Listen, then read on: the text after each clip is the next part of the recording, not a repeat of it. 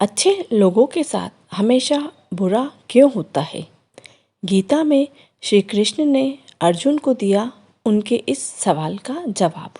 अर्जुन के इस सवाल का जवाब देते हुए श्री कृष्ण ने कहा कि लोगों को उनके कर्मों का फल अवश्य मिलता है। गीता सार। आपने महसूस किया होगा कि जो लोग अच्छे कर्म करते हैं वे हमेशा परेशान होते हैं और जो बुरे कर्म करते हैं वे खुशी खुशी जीवन जी रहे होते हैं।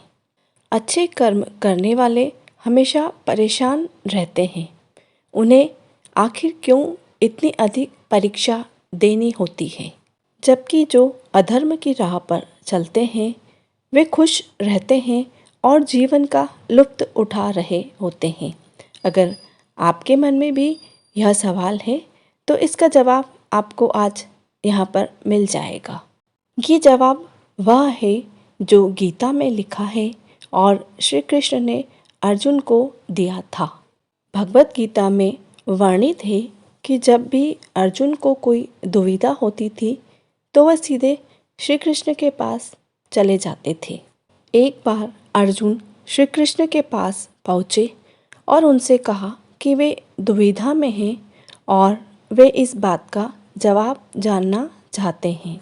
अर्जुन ने श्री कृष्ण से कहा कि जो लोग अच्छे कर्म करते हैं वे हमेशा दुखी और परेशान क्यों रहते हैं और जो बुरे कर्म करते हैं वे हमेशा खुशहाल जीवन यापन करते हैं, ऐसा क्यों?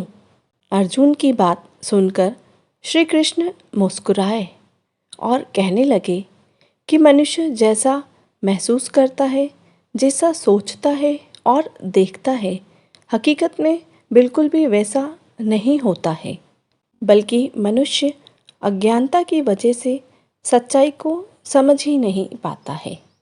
अर्जुन श्री कृष्ण की इस बात को नहीं समझ पाए। तब श्री कृष्ण ने अर्जुन से कहा, पार्थ, तुम्हें इस बात को समझने के लिए मैं तुम्हें एक कथा सुनाता हूँ, जिसे सुनकर तुम समझ जाओगे हर मनुष्य को अपने कर्मों के अनुसार ही फल प्राप्त होता है। प्रकृति हर एक को अपनी राह चुनने का मौका देती है, किंतु यह आप पर निर्भर करता है कि आप अधर्म की राह चुनते हैं या धर्म की। कथा शुरू करते हुए श्री कृष्ण कहते हैं कि एक नगर में दो पुरुष रहते थे।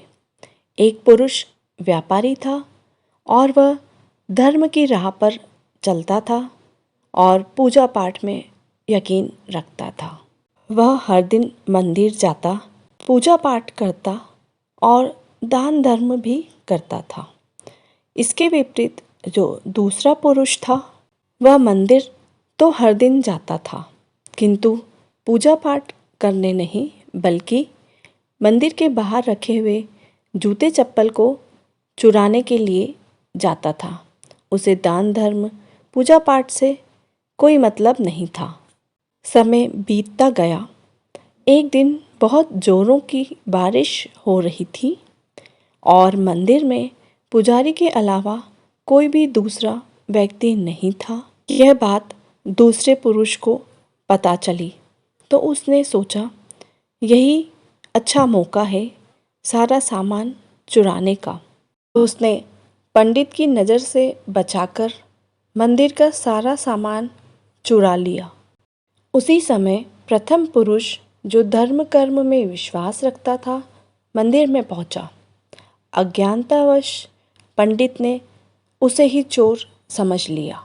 लोगों ने इसे चोर समझकर पकड़ लिया और बहुत मारा। जैसे तैसे वह जान बचाकर वहाँ से भागा। दुर्भाग्य ने उसका साथ वहाँ भी नहीं छोड़ा।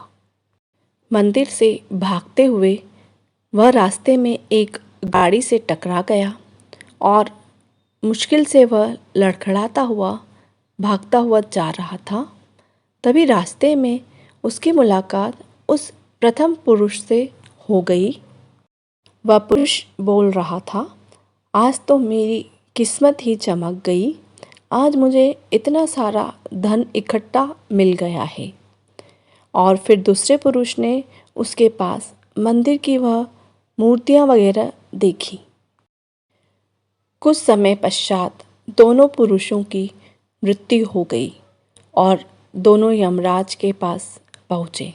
तब प्रथम पुरुष, जो बहुत धर्म वाला और दान करने वाला था, पूजा पाठ करने वाला था, उसने दूसरे पुरुष को, जो अधर्मी था, चोरी करता था, उसे देखा और उसे बहुत गुस्सा आया।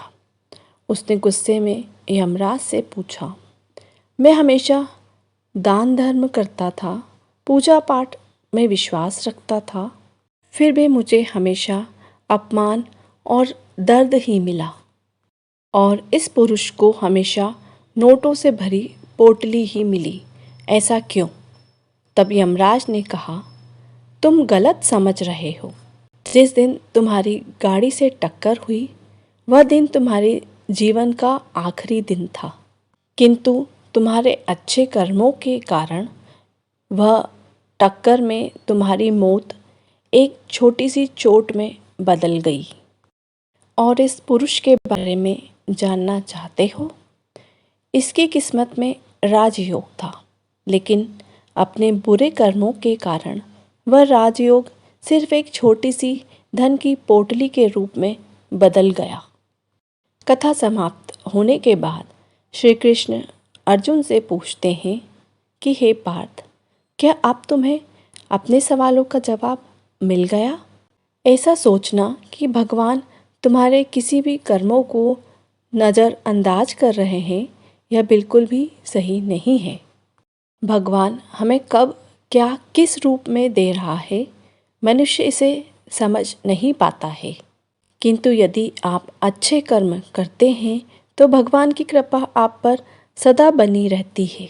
इसलिए मनुष्य को कभी भी अच्छे कर्मों को नहीं छोड़ना चाहिए, क्योंकि उसका फल हमें कभी न कभी अवश्य ही मिलता है।